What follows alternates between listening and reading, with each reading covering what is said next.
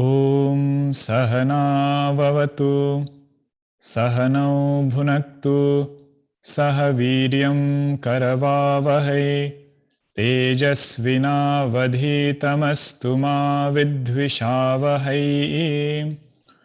Om Shanti Shanti Shanti. Sadashivasamarambham Shankaracharya Madhyamam Asmadacharya Paryantam Vande Guru Paramparam. Ramo Rajamani Sada Vijayate Ramam Ramesham Bhaje Ramena Bihata Nishacharachamu Ramaya Tasmai Namaha. Ramannasti Parayanam Parataram Ramasya Dasosmyaham Rame Chittalaya Sada Bhavatu Me Bho Rama Mamuddhara. Samasta Jana Kalyane Niratam Karunamayam Namami Chinmayam Devam Sadgurum Brahma Vidwaram Sadgurum Brahma Vidwaram. Hari Om. In our Sanatan Dharma, a lot of importance is given to prarthana, what we otherwise call as prayer. And we are taught from childhood that we should pray to Bhagwan. Gurudev used to say, prayer is the way to connect with divine. Prayer is the way to connect with the divine. And he used to say, prayer reminds me that I am not lost in my dreams, but I am just dreaming that I am lost. Prayer gives a higher perspective to any situation that we are faced with. And if we have done our sadhana with the help of Bhagwan's grace, we are able to face that situation in a very different way. One of the prayer that we are very familiar with is, it ends with the refrain, Pahimam Rakshamam. Like in Sandipani, evening we do our Ganesh Aarti in Mumbai temple, and for 10 minutes, only this chanting goes on. Shri Ganesha, Shri Ganesha, Shri Ganesha Pahimam, Shri Ganesha, Shri Ganesha, Shri Ganesha Rakshamam. Oh Bhagwan, please protect me. Now, what is the protection that we are seeking from Bhagwan? One could be protection at physical body level. Bhagwan, may I have a healthy body? So for that, in addition to whatever we are doing, we are seeking Bhagwan's protection. Protection could be for family, different things we can ask protection for. And Bhagwan gives. It's only a matter of asking with a pure heart. But there is another protection that Bhagwan gives, and that is protection from shoka, protection from sorrow. And for that protection, Bhagwan himself comes as a teacher. So in Bhagavad Gita, Bhagwan could have given protection to Arjuna at so many levels. He could have added more army. He is Sarvajna, Sarvashaktiman, right? Bhagwan can do anything. And with that strength, he could have given any kind of support to Arjuna. at physical level. But Bhagwan is giving a very unique protection, unique raksha he is giving to Arjuna, which is called as raksha from shoka, protection from sorrow. He says if that is there, with that raksha you can take care of everything else in your life. But there Bhagwan puts a clause. He says, for you to overcome this sorrow completely, I will give you knowledge. With that knowledge, overcome all your sorrow. So that is Bhagwan's way of giving absolute fearlessness, absolute wisdom.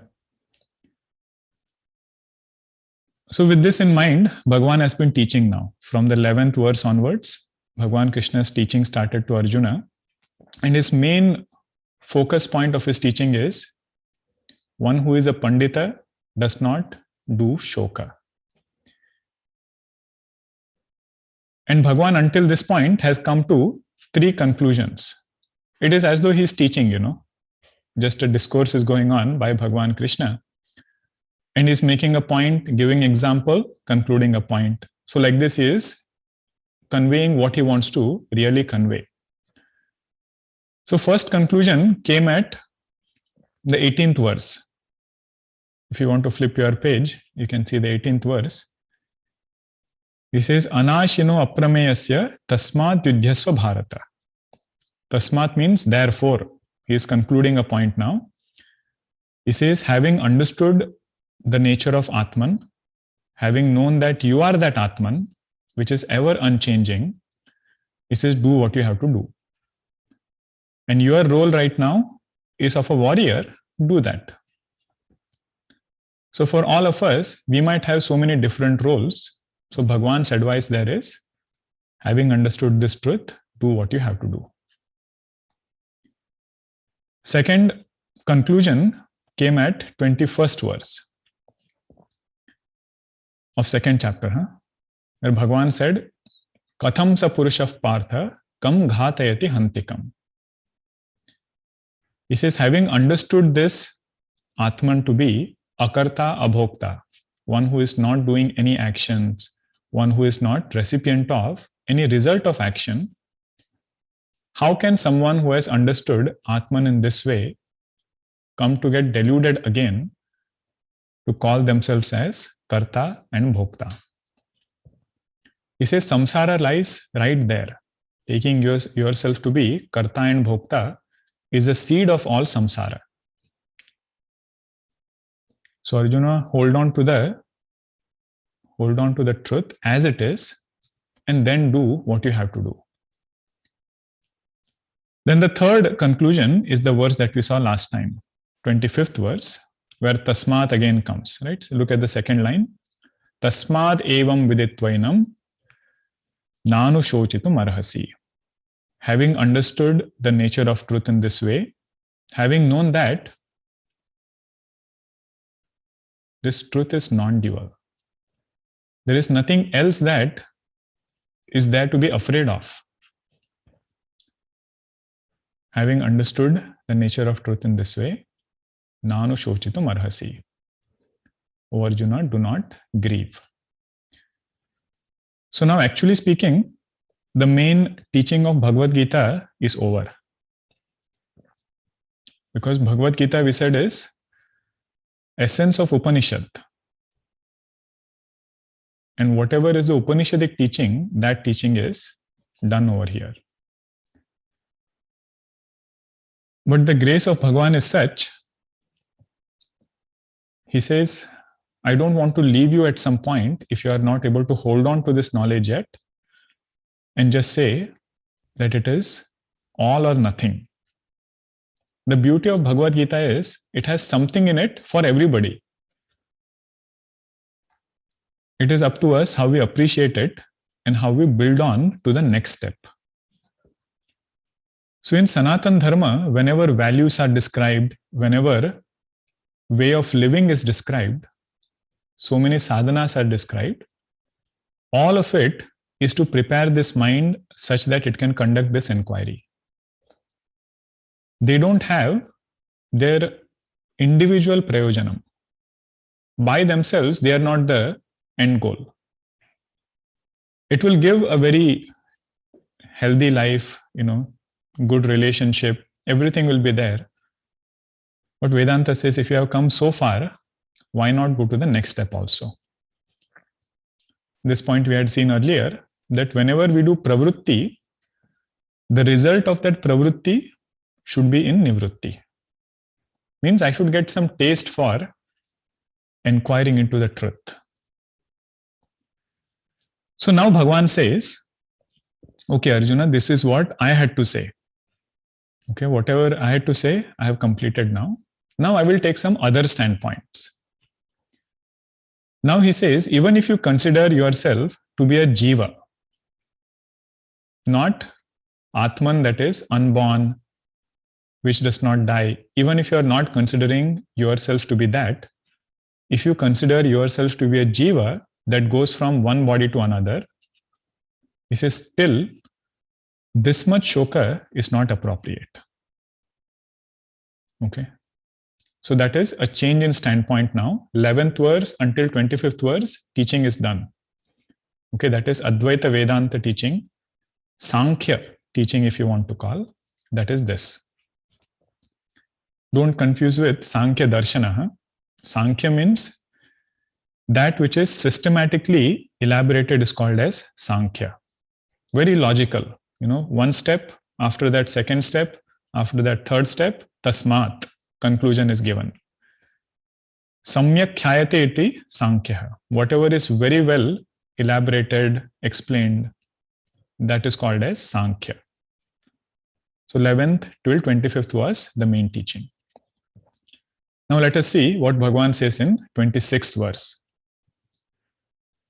Atha chainam nitya jatam, atha chainam nitya jatam, nityam va manyase mrutam, nityam va manyase mrutam, tathapitvam mahabaho, tathapitvam mahabaho, naivam shochitumarhasi, naivam shochitumarhasi, atha chainam nitya jatam, nityam va manyase mrutam, tathapitvam mahabaho, naivam shochitumarhasi. 26th and 27th verse is talking about taking yourself to be a jiva. Bhagavan is telling Arjuna, even if you take yourself to be a jiva, a transmigratory entity, even then, this much shoka is not appropriate. These are beautiful verses. Now Bhagavan is coming from a different standpoint, something that we all can appreciate. So now let us see the literal meaning of this verse. Atha chainam nitya jatam. If you consider this Atma as something which is ever born and ever dying. Nityam va manyase mrutam. Not aham manyase. I don't consider it that way. Bhagavan says, my opinion is from 11 to 25th verse. But let us say right now, even if you take yourself to be a jiva, jiva that is constantly born and constantly dies. Tathapitvam mahabaho na evam shochitum arhasi. Even then, O Mahabaho Arjuna, this much shoka is not appropriate.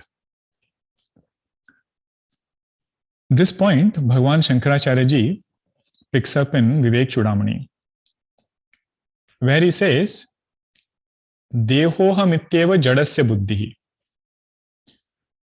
One who considers himself to be only deha, only this body, he says that person has not thought too much. Dehe cha jive vidushastvaham dhihi. He says one who considers himself to be a body and also a jiva, that person I call as vidwan. Bhagavan Shankaracharya ji says, even if you consider yourself to be a jiva, then you have crossed many hurdles. Means you have thought through life.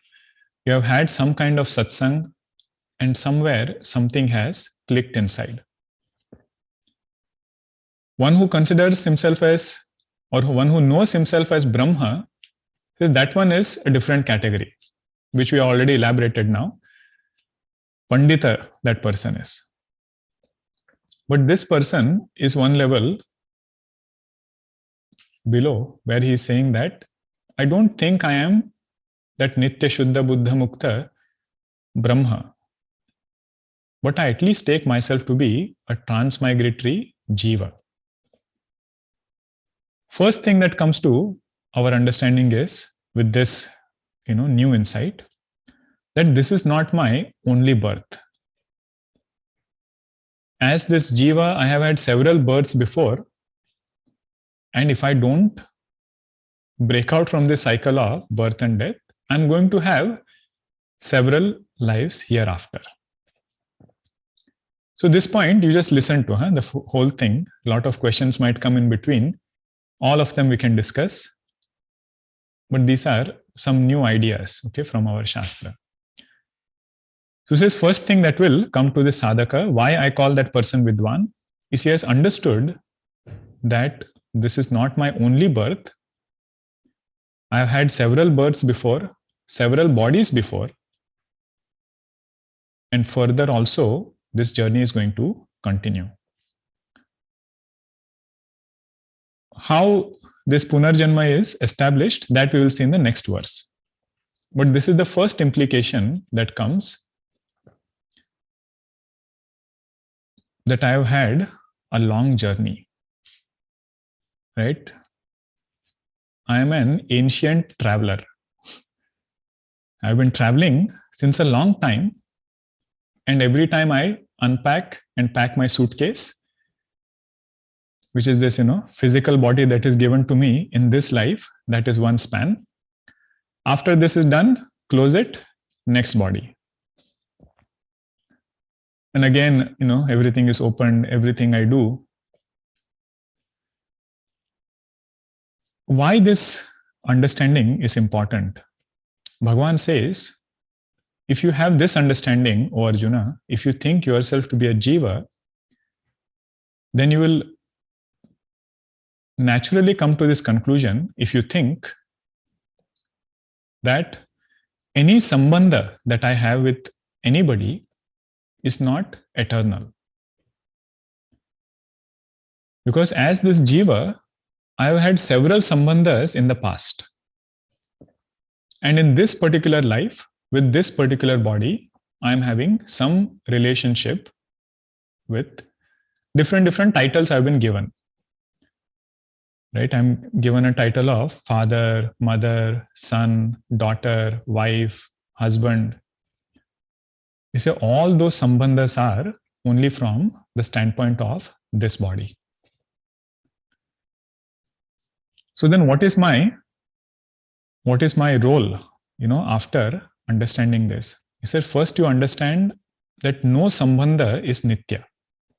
Even if you take jiva standpoint, all sambandhas are just like, one example that is given is two logs of wood that is flowing in a river.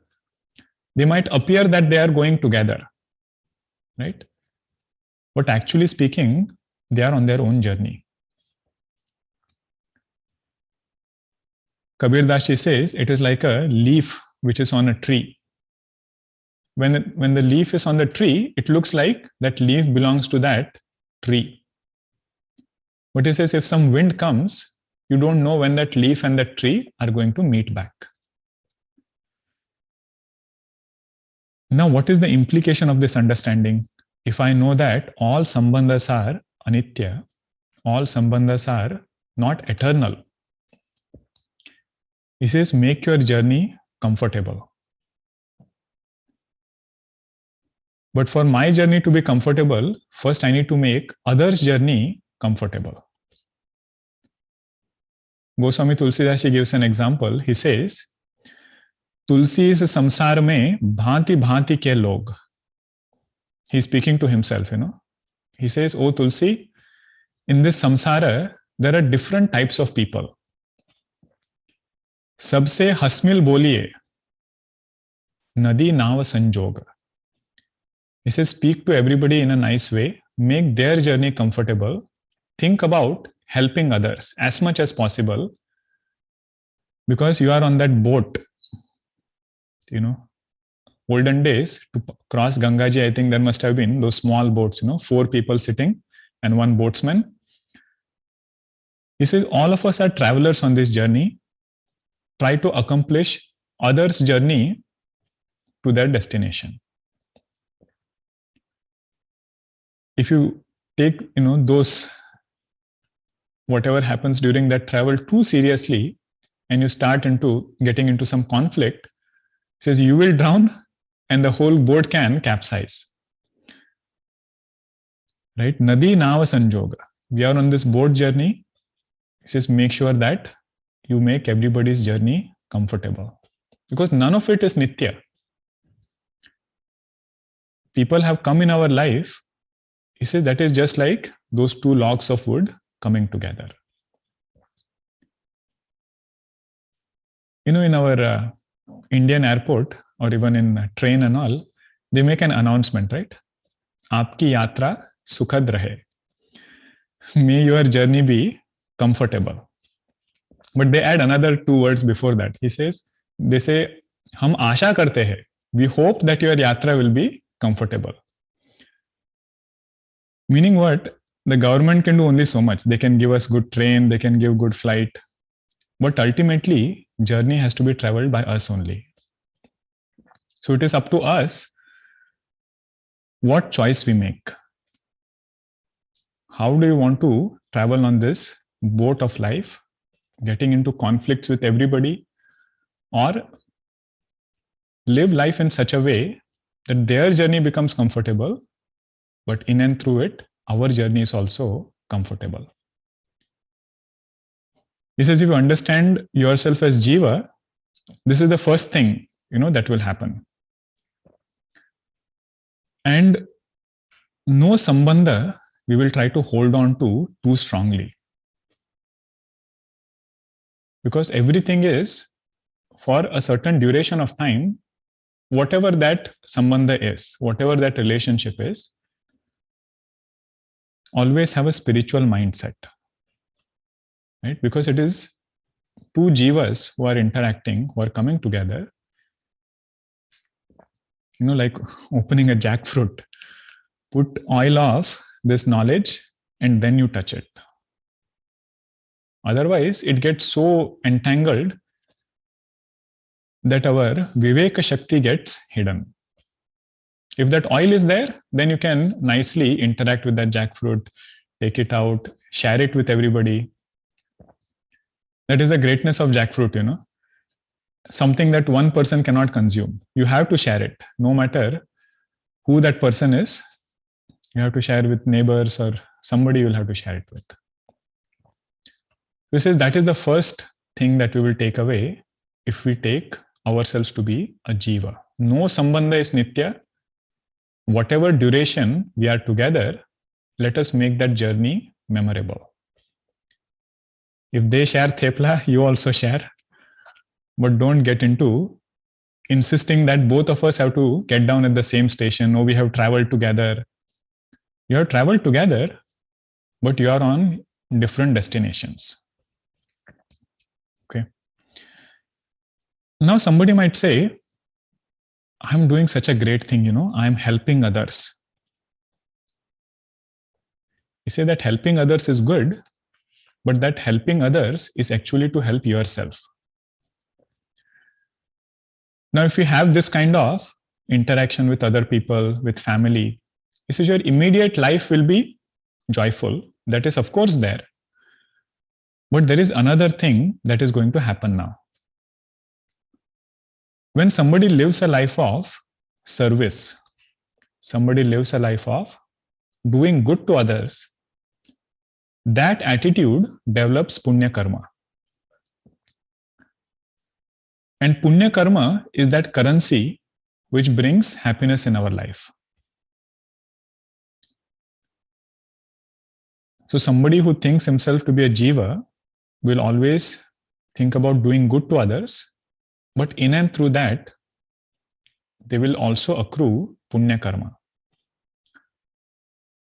And this punya karma in turn will come back, give me sukham, and it will also help me on my spiritual journey.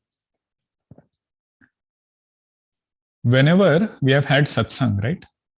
Or if we had a teacher come in our life, we had some interest in Vedanta. None of those things have come because of material wealth. All of those things have come because of inner wealth, which is punya karma. Not in this life, it could have been in previous life also. So, in and through doing good to others, what is actually happening is I am developing these sattvic vasanas, sattvic tendencies, and all those punya karmas are helping me only. So I'm very grateful that I have this group to whom I am serving. It is said the essence of entire 18 Puranas that Bhagwan Vedvyasji has written is this. There is one shloka which I had written here.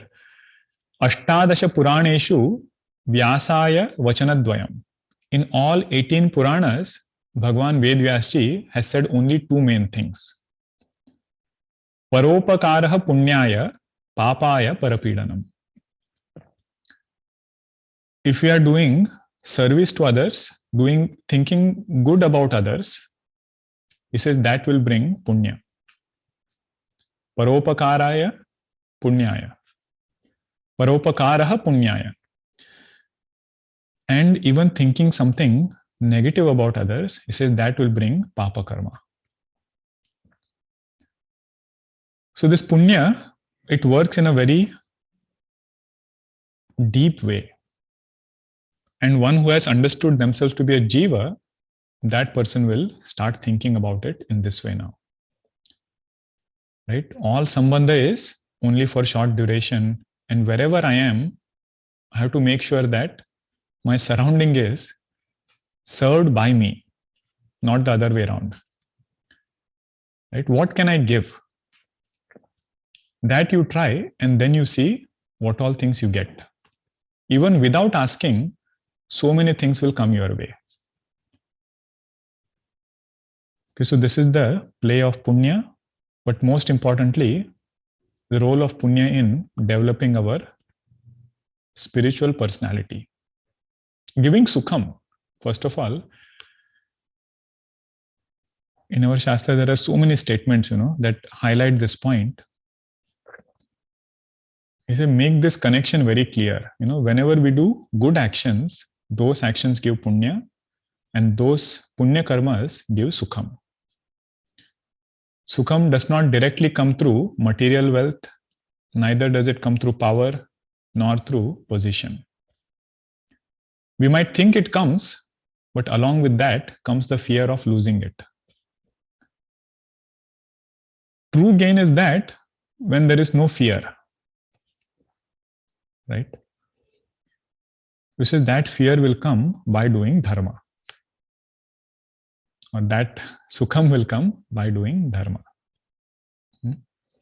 It will take away fear, and that dharma will give sukham. This is the glory of seva and karma yoga, which now Bhagwan will elaborate more. Okay. Now he is coming from a very different perspective. Meaning what? If I have understood myself to be a jiva,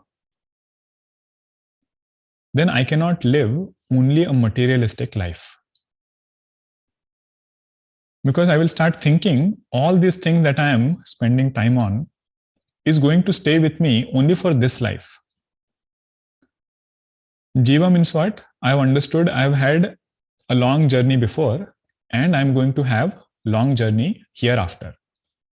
If not long journey, I'm going to have some journey hereafter. Right? So where am I putting forth all my effort? Is it only for this body which is going to be left behind? Is it only to get so many other things which are also going to be left behind? Or have I started putting forth effort in my sadhana? This sadhana is for subtle body, and that subtle body is going to continue. This point is beautifully elaborated in Bhagavatam. You know, Devahuti ji, who is mother of Bhagwan Kapila, she is married to Kardam Rishi. And both of them, Kardam Rishi was also Tapasvi Mahatma. And he asks Devahuti ji, what do you want? And initially she says, I want lot of bhoga. So Kardam Rishi says, have it.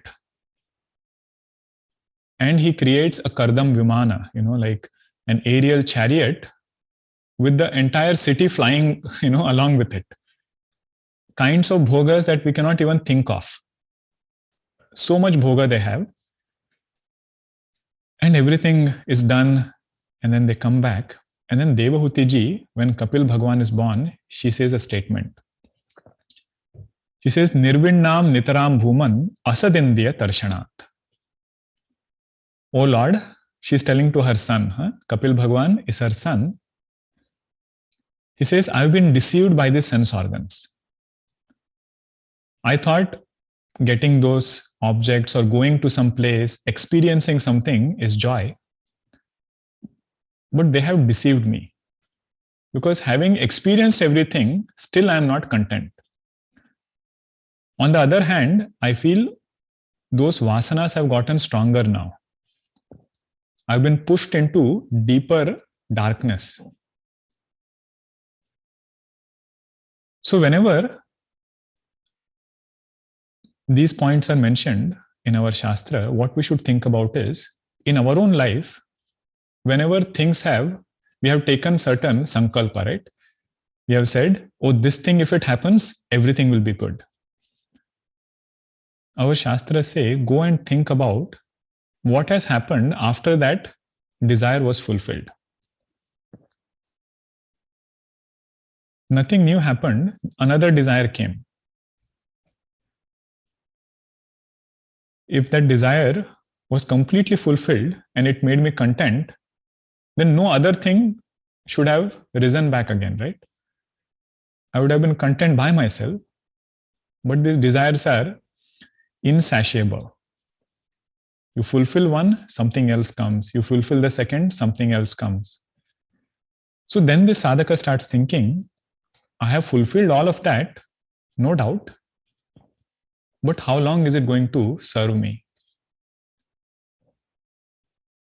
Till certain years, but after that, again I have to start in the next birth. And none of these accomplishments are going to help me there.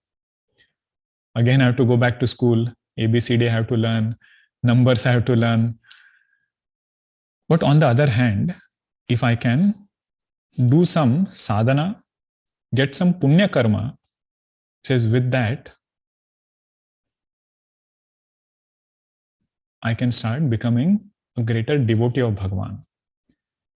My journey hereafter will be much more comfortable than living a life only concerned about this birth. And this, is the greatness of our Shastra, where Bhagavan says, every day is a new day for you. Right? This entire creation, if you see, there is continuity, but also there is newness. In our Mahabharata, there was one statement, in the book that we were referring. He says it is true that there is no sunrise and sunset. But it is also wonderful to note that every sunrise is different and every sunset is different. Meaning every day should be a new competition with our previous day. Competition not for other things, but for living up to our ideals, living up to becoming a good sadhaka. Whatever I could not do yesterday, Bhagavan says, here is a new day now. Right? Bring about some change somewhere and live a life that you want to live, right? But having known yourself to be a jiva, then start putting forth effort into your sadhana. Only a materialistic life is not going to help too much. And when we understand that time is limited, right? We don't have infinite time, then our efforts become more focused. When we know time is limited, we don't go here and there too much, right? Our efforts become more focused.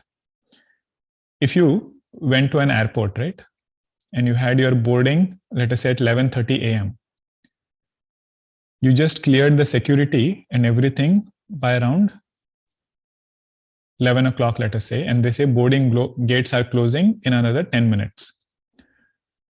What will you do? You will march forth, right? Straight towards that gate. No looking here and there, because you know you have only 10 minutes. You see that single pointedness that comes, focus that comes to your goal. But let us say you reached 1 hour before, 2 hours before, lot of time to spend.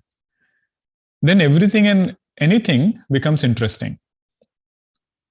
Right? There is a nice perfume here, there is a nice electronic booth here. Different people, according to their vasanas, will find different spots to stop. Some might go and get some coffee somewhere. But if we know that our time is limited, then our efforts become more single-pointed. This is the result of knowing yourself to be a jiva. In this birth, we know that time is limited. Start putting forth effort in the right direction.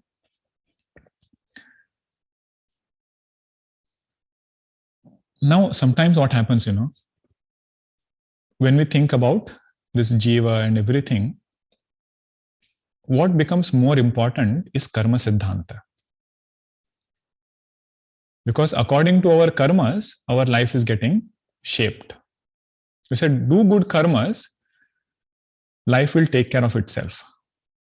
You don't have to worry about that system. That system is flawless. All we have to control, all we have to pay more attention is, what kind of karmas am I doing right now? But there is one extreme that somebody can go towards, and that is thinking that karma alone is everything. And making that karma, putting that karma at such a high pedestal that we forget karma phala data, who is Bhagavan. So Bhagavan is going to say here, don't go to that other extreme also. Karmas are very important, but always remember, karma alone cannot give us everything. We need that grace of Bhagavan, who is karma phala data. Otherwise, that same karma will become another bondage. What Raman Maharshi ji says in Upadesha Sara, beginning verse is that, Karturajnaya prapyate phalam, karma kim param, karma tajjadam. Kruti mahodadau patana karanam, phalama shashvatam, gati nirodhakam. On our spiritual path, karma can become an obstacle if we forget Bhagavan. How is that? Little bit we will see. If, let us say, I do some satkarma, right? I am helping somebody, helping the community, or doing some volunteering work somewhere. There is there are a lot of chances of me getting some pride. Thinking that, look at me, so much of good work that I'm doing, and look at others. Nothing they do. They are not even serving, not even helping. I'm the only one who is doing this satkarma. This is that abhimana can bring lot of calamities. And Bhagavan knows how to break that abhimana. So whenever we do satkarma, it should always be with Satvik Karta Bhava. Satvik Karta is the one who feels grateful, I've gotten this opportunity to help somebody. then that karma will not become a source of bondage. And what we saw right before from 11th verse till 25th verse, Bhagwan is again and again telling us that you are not karta, you are not bhokta. Now, in the pursuit of doing the satkarma, if I have strengthened my ahankara, strengthened my kartrutva, that will become more layers that I have to deal with later. So that is why they said, be very careful while we are doing karma. Point of doing karma is that we should develop love for Bhagwan. This point in Bhagavatam also we saw that if our work does not make us a sweeter person, then he said that work is only labor.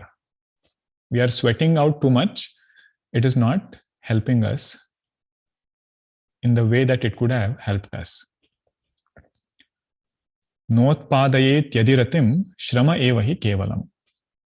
Becoming sweeter means what? Becoming closer to Bhagwan, seeing his hand in everything that we do. This we should see for ourselves. Whenever we take up any work, two things we should see. One is doing our efforts sincerely in that work, and having done that, seeing the grace of Bhagwan. How he will bring people together, how he will bring resources for me, and how he will accomplish that work. With that, this sadhaka can still keep doing that work without getting too worked up, with that thing. Otherwise, anything you touch, that thing becomes a bondage. Our insistence or expectation might be something, and what the totality wants might be totally different. If I am unable to tune with that totality, I will always be at conflict with myself. I will always be at conflict with this world.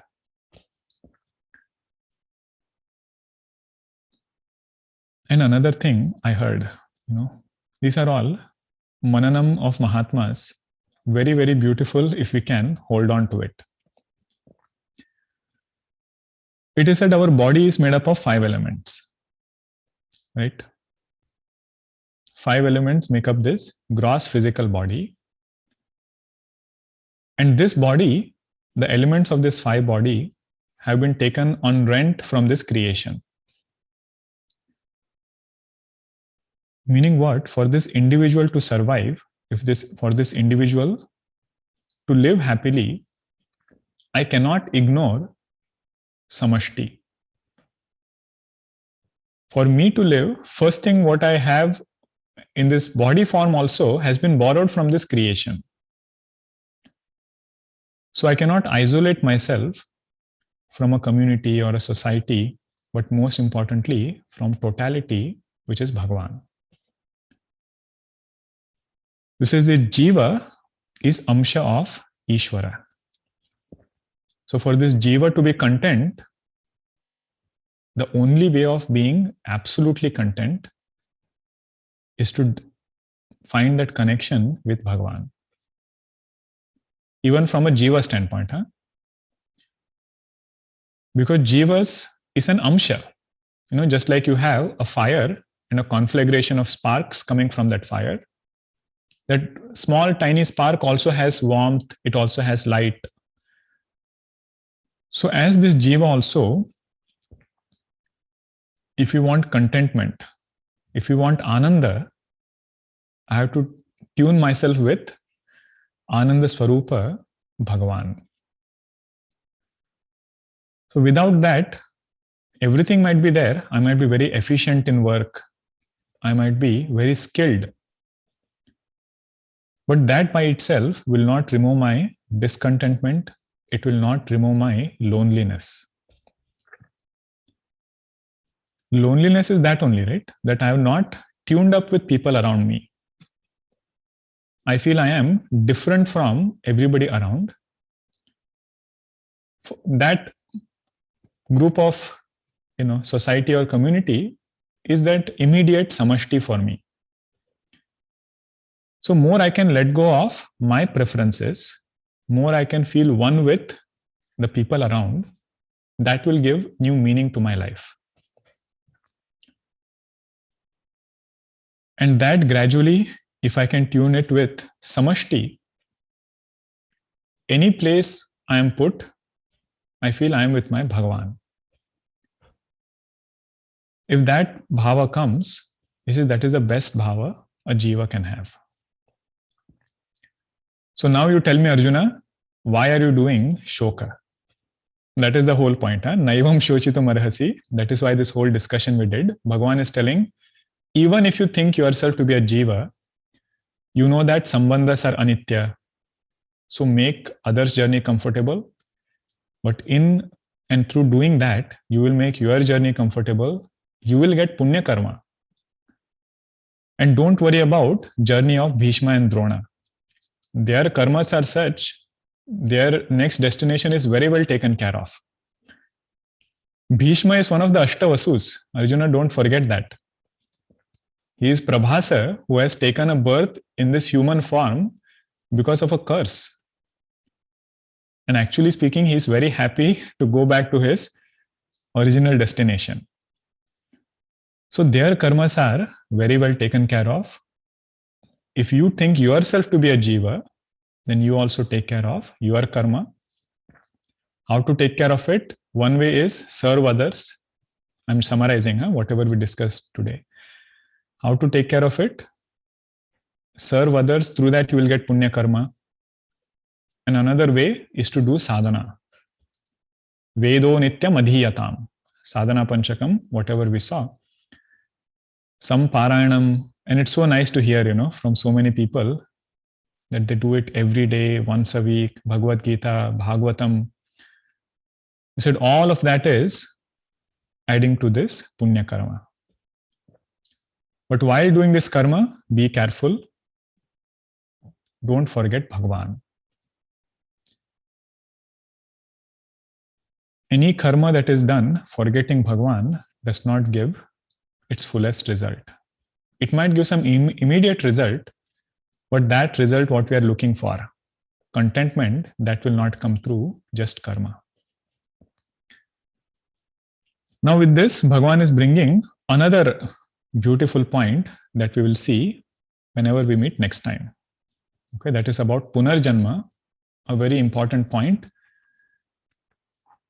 for our sadhana and several other aspects. We won't be having our Bhagavad Gita class next Sunday. Tattvabodha class will be there on Saturday. And during that week, also we won't have classes because we have Pujya Swami Swarupanandaji's Yajna. And there are some announcements also. So please stay back.